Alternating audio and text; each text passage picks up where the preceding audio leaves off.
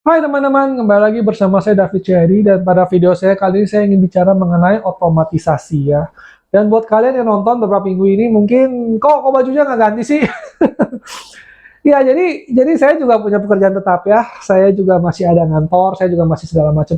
Jadi kadang-kadang kalau saya bikin video itu sistemnya tuh gini, saya libur 1 hari, saya susun semua, saya ngoceh itu mungkin 2-3 jam sekaligus gitu, sekaligus ya. Jadi jelaskan kenapa jamnya itu juga waktunya kurang lebih sama, bajunya ya mungkin nggak ganti-ganti. Kenapa? Karena saya melakukan semuanya ini dalam 1 hari.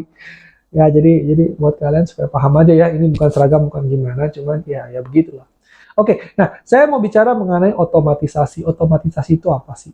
Automation itu kenapa? Kalau dulu packing pakai orang, 30 orang, sekarang packing pakai mesin. Jadi lebih cepat, lebih efisien. Tapi sekali lagi, saya tidak akan bicara mengenai automation di perusahaan besar. Karena kenapa? Target saya bukan perusahaan besar. Perusahaan besar itu biasanya mereka sudah lebih canggih daripada saya. Mereka ada tim PPIC, ada tim untuk study, untuk motion study segala macam. Saya nggak perlu ngajarin mereka istilahnya. Saya perlu belajar sama mereka. Tapi video-video saya itu biasanya buat kalian yang menengah ke bawah. Bukan menghina, saya juga termasuk menengah ke bawah. Justru karena menengah ke bawah lah yang perlu untuk uh, paham hal-hal seperti ini yang saya bagikan. Ya. Nah, otomatisasi itu bukan berarti kalian harus mengganti semua pegawai dengan mesin. Bukan berarti kalian harus semuanya tuh punya mesin baru, punya robot, punya punya sistem yang wah super mewah ratusan juta yang pakai barcode langsung net kayak Amazon ya, pesan di sini terus di pabriknya bisa ada robot yang ngambil barangnya langsung kirim. Enggak, bukan soal itu. Otomatisasi buat kita skala mikro ke bawah itu adalah hal-hal sederhana. Misalnya saja yang paling sering saya gunakan sebagai contoh adalah kalau saya jualan nasi goreng. Nah, kalau saya jualan nasi goreng, apakah otomatisasi yang bisa saya lakukan? Sederhana saja. Beli telur. Jadi kalau saya tukang nasi goreng beli telur, saya akan telepon ke warung telurnya. Pak, udah pokoknya tiap hari kirimin saya 30 butir telur. Udah ya, nggak usah tanya saya, nggak usah gimana, saya nanti pembayaran seminggu sekali kita atur, kamu tolong antar ke tempat saya. Atau enggak, misalnya mau 3 hari sekali, nanti pokoknya saya bayar atau gimana. Jadi kenapa? Bayangkan kalau tiap kamu nggak begini, tiap hari kamu ke toko beli telur yang sama, butirnya sama, harganya sama, di tempat yang sama, kualitasnya sama, kamu akan buang waktu berapa lama? Kalau kamu otomatisasi, telurnya begitu, ya udah lebih gampang. Berasnya begitu, lebih gampang. Mungkin bawang putih, mungkin segala macam. Berapa waktu yang kalian hemat? Ya kan? Jadi kalau kalian toko misalnya, kalau misalnya ada orang nawar, kalau misalnya toko kamu rame, ada 10 orang semua belanja, semua orang semua nawar sama kamu doang yang punya berhak untuk kasih tawar, kasih harga atau enggak. Ya udah, itu artinya kamu akan loss of sales. Kenapa? Karena 10 orang ini mungkin nggak nunggu, mungkin lihat udah rame, pindah ke tempat lain. Ya kan? Bayangkan kalau kamu bisa otomatisasi, kamu bisa kasih pegawai kamu puasa misalnya. Udahlah, pokoknya kalau barang ini ditawar sekian, kasih aja. Ya kan? Nah, berapa banyak waktu yang kamu hemat kalau kamu otomatisasi? Oke. Nah, begitu juga kalau kantoran.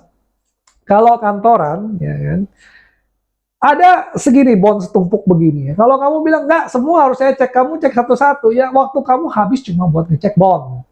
Kamu otomatisasi gimana? Kamu bilang sama admin kamu, Dek, ini tolong ya masukin aja ke Excel. Nanti di Excel saya tinggal lihat, saya tinggal paraf. Udah dalam bentuk rangkuman, sorry, nyala nggak? Oh, udah dalam bentuk rangkuman, udah dalam bentuk Excel, jadi saya tinggal sort, saya tinggal cek irregularities, ada apa nggak yang aneh-aneh, kalau nggak ada, shred gitu. Nah, itu menghemat waktu saya berjam-jam, karena ngecekin bond itu memang sesuatu hal yang sangat apa menyebalkan. Kalau gitu kasihan data entry-nya, enggak, dia cuma masukin doang, nanti udah masukin doang, saya sortir dari yang terbesar sampai yang terkecil. Kalau udah ada Excel kan enak ya. Saya sortir, coba ada biaya yang aneh nggak? Kalau misalnya parkir 3.000 itu 4.000, ya udahlah wajar ya kan. Kalau tiba-tiba ada 40.000 parkir, nah ini langsung saya tanya. Bahkan kalau saya mau sedikit canggih, saya tinggal program Excel aja. Di atas angka sekian tolong di highlight, set keluar semua gitu. Oh, ini yang harus saya cek, ini harus terlalu kecil, saya receh, saya nggak perlu cek gitu kan. Ya udah. Nah, jadi setiap bisnis, sekali lagi, setiap bisnis unik. Setiap pekerjaan unik, apa yang kalian bisa otomatisasi dan apa yang bisa saya otomatisasi itu akan selalu berbeda. Itu pinter-pinternya si manajer, pinter-pinternya si pemilik. Apa yang bisa dipikirkan gitu loh. Proses apa yang bisa dihemat dengan otomatisasi. Misalnya, kalau dulu saya jualan, saya bikin boxnya, setiap box itu harus dilipat, harus dibentuk, harus istilahnya itu dari masih datar gitu, harus di kayak main puzzle gitu ya, dibentuk. Itu tuh buang waktu yang cukup banyak. Apalagi kalau misalnya kamu dagangnya dalam jumlah yang cukup besar, setiap hari harus bungkusin 300 pak gitu. Otomatisasinya gimana? Ya gampang. Jangan pesen yang itu. Pesennya langsung jadi kotak. Beres kan? Jadi nggak usah digini-gini lagi. Pesennya udah langsung jadi. Apakah bentuk styrofoam? Apakah udah bentuk kotak? Tinggal pesen aja. Mungkin keluar biaya sedikit. Tapi bayangkan 300 ngelipetin 300 kotak itu tenaga kerja yang kamu pakai berapa gitu kan. Tadi pegawai kamu harusnya 4, sekarang 3 cukup. Kenapa? Karena nggak usah ngelipetin kotak. Jangan. Jadi otomatisasi itu tergantung kreativitas si pemilik. Seberapa kreatif mereka, seberapa otomatisasi mereka yang bisa mereka implementasikan ke perusahaan mereka. Tentu saja kita juga nggak bisa malas ya, semua kita otomatisasi akhirnya yang harusnya nggak otomatis jadi otomatis, akhirnya jadi berantakan semua. Karena kalau kamu mau otomatisasi, itu kamu juga harus benar-benar pelajari, ya kan? Jelek bagusnya, apakah ini boleh diotomatisasi atau harus tetap manual control. Ya, nah jadi itu ya sekali lagi itu balik ke skillnya kamu. Gitu. Tapi kalau kamu duduk dan pelajari, apa sih yang sebenarnya paling menyita waktu di perusahaan kamu? Apakah langkah yang bisa kamu lakukan untuk mengotomatisasi hal ini? Ya kan? Apakah atau misalnya gini lah, saya dulu kasir, ya kan? Pokoknya kalau ada uang di atas 1 juta, kamu harus masukin ke Dropbox. Jadi ada kayak semacam ada berangkas, kita tinggal cemplungin, udah. Cuma owner yang bisa buka.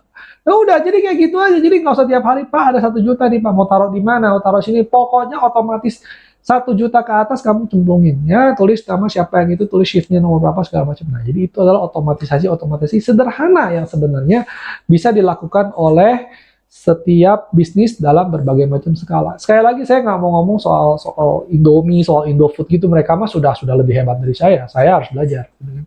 Tapi hal-hal sederhana seperti inilah yang perlu kalian gimana ya? Bukan belajar, notice gitu loh. Oh iya ya, kalau David ngomong gini, bener juga. Apa sih yang perlu saya coba lihat? Apa sih? Coba saya ke toko saya lah. Apa sih yang bisa ya. Misalnya ya saya kasih contoh satu kali lagi. Barang datang langsung taruh di rak sesuai dengan nomornya, sesuai dengan jenisnya, sesuai dengan produknya. Ini sistemnya, ikutin prosedurnya. Sudah, begitu saja. Daripada nanti Pak datang barang, Pak, oh ya tunggu bentar, saya harus cek segala macam. Kamu tetap harus cek. Tapi cek itu bisa juga dengan berbagai macam cara. Stok opnam itu tidak harus selalu kamu datang tungguin, liatin satu-satu. Itu cara orang yang belum mengerti otomatisasi. Kalau kamu udah otomatisasi, cara ngecek kamu akan jauh lebih efisien dibandingkan dengan cara orang yang pokoknya gua lihat, gua hitung berapa satu-satu. Oke, nah sekian saja. Saya sekarang nggak mau bikin video lama-lama ya, karena yang nonton juga bosan, saya juga capek. Oke, nah sekian saja. Terima kasih telah menonton. Kalau Anda suka, tolong di like dan subscribe. Dan dibagikan, tolong supaya biar makin rame yang nonton. Oke, terima kasih.